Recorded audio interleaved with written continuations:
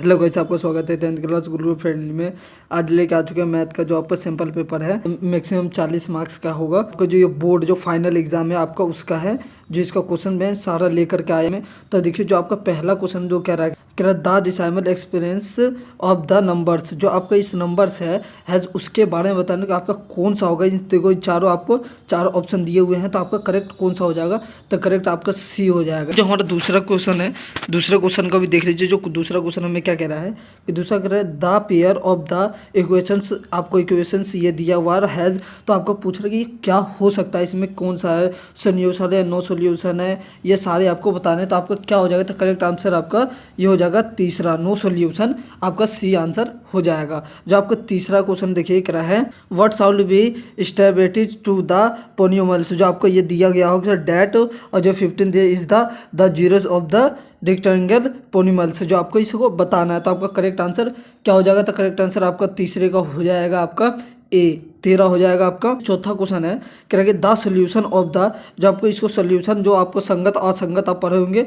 उसके बारे में, तो आपको एक्स और वाई को दिखाना है इसको। तो इसका करेक्ट आंसर आपका क्या हो जाएगा, चौथे का आपका करेक्ट आंसर सी हो जाएगा। और जो आपका पांचवे का क्वेश्चन है इफ़ देखो sine theta minus cos theta बराबर इक्वल टू 0 है, then the value of is sine theta plus cos theta cube, तो आपको इसके बारे में बताना। तो आपका कौन सा आंसर हो जाएगा, तो आपका पांचवे का आंसर हो जाएगा डी, आपका 1/2 हो जाएगा। ये जो छठा है, तो छठा आपको पूछे, देखो कह रहा है 2 प्लस √5 इज, तो आपको इसको पूछा तो पढ़ी में है क्या, पढ़ी में या ये है, तो आपका करेक्ट आंसर क्या हो जाएगा, तो आपका ए हो जाएगा। सातवां क्वेश्चन है देख रहा है कि इफ़ अल्फा, और अपना अल्फा और बीटा पढ़ा होगा ये, तो द क्या है जीरोस ऑफ द पोनिमल्स, तो आपको ये दे दिया गया हुआ है, और इसको अल्फा इंटू अल्फा 1/अल्फा प्लस 1/बीटा इज द इक्वल टू, तो आपको इससे पूछा तो इक्वल है या नहीं है, तो आपको इसके बारे में दोनों के बारे में बताना है। तो आपका सातवें का करेक्ट आंसर क्या हो जाएगा, करेक्ट आंसर आपका बी हो जाएगा, करेक्ट आंसर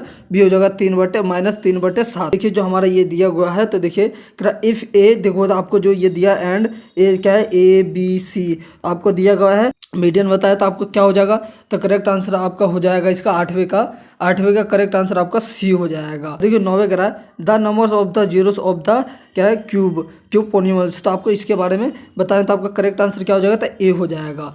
आपका करेक्ट आंसर नौवे का हो जाएगा ए। तो 10वां क्वेश्चन ये रहा, सही से आपको पढ़ लीजिएगा। तो आपको के का जो वैल्यू है, आपको के का वैल्यू पूछ रहा है, तो हो जाएगा, तो आपको के का वैल्यू बताना है, तो के का वैल्यू आपको निकालना है। तो आपका करेक्ट आंसर क्या हो जाएगा, तो करेक्ट आंसर आपका 10वें का हो जाएगा ए। तो 11वां है, तो कह रहा है ए डाई और is the diagrams on the probability of the getting a prime numbers, तो आपको प्राइम नंबर्स के बारे में बताना है। तो आपका कौन सा आपका प्राइम नंबर्स है, ठीक है, तो आपको करो कौन सा प्राइम नंबर्स है, तो आपका क्या हो जाएगा 11वें, तो आपका प्राइम नंबर्स हो जाएगा 1/2, तो आपका ये सी आंसर हो जाएगा करेक्ट। तो अब देखिए जो 12वां क्वेश्चन कह रहा है कि इफ़ CF ये दिया हुआ है, तो आपको देखो ये दिया है, तो देन द LCM ये दिया हुआ है, तो आपको बताना है तो क्या है, तो आपका करेक्ट आंसर जो 12वें का है, तो 12वें का आपका डी हो जाएगा। जो आपको LCM पूछा है, तो LCM हमारा सबसे बड़ा हो जाएगा। अब देखिए जो 13वां क्वेश्चन कह रहा है the distance of the point from the Y axis is, मतलब देखो जो वाई एक्सिस है वो आपको बताना है। तो आपको वाई एक्सिस क्या होता है, तो आपको पता है कि 0 होता है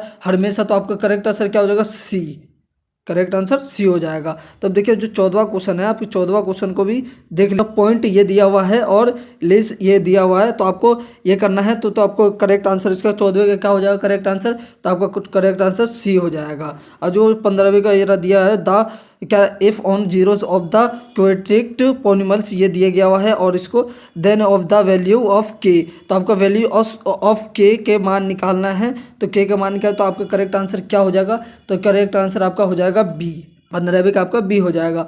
और 16वें का देखिए कह रहा 9 सेक स्क्वायर ए माइनस 9 tan स्क्वायर ए, तो आपको इसका मान बताना है। तो आपका करेक्ट आंसर क्या हो जाएगा, तो आपका करेक्ट आंसर बी हो जाएगा, 9 हो जाएगा। अब देखिए जो 17वें का पूछा है, तो कह रहा है द सोल्यूशन ऑफ द, ये आपको सोल्यूशन इसका करना है और आपको बताना है। तो इसका करेक्ट आंसर क्या हो जाएगा, आपका जो 17वें का है, तो 17वें का करेक्ट आंसर हो जाएगा आपका ए, करेक्ट आंसर ए हो जाएगा।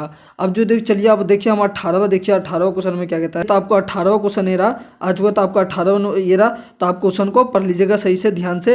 तो आपका 18वें का करेक्ट आंसर क्या हो जाएगा, तो 18वें का करेक्ट आंसर हो जाएगा आपका डी हो जाएगा, 17/90। अब देखिए जो 19वें का कह रहा है 10 the sum of the reaction आपको बताना है, तो आपको क्या हो जाएगा 19वें का, 19वें का करेक्ट आंसर आपका बी हो जाएगा। 20वें का एरा, ठीक है, ये दिया गया आपको, ये पढ़ लीजिएगा सही ध्यान से, ठीक है। एंगल जो राइट एंगल से, तो आपका करेक्ट आंसर क्या हो जाएगा 20वें का, 20वें का आपका करेक्ट आंसर हो जाएगा डी। अब देखिए, अब इसी तरीके से हम अगले वीडियो में मिलेंगे और अगले के साथ ऐसे ही मिलेंगे। तो जब तक वीडियो को लाइक करें, चैनल को सब्सक्राइब करें और ज़्यादातर वीडियो को शेयर करें।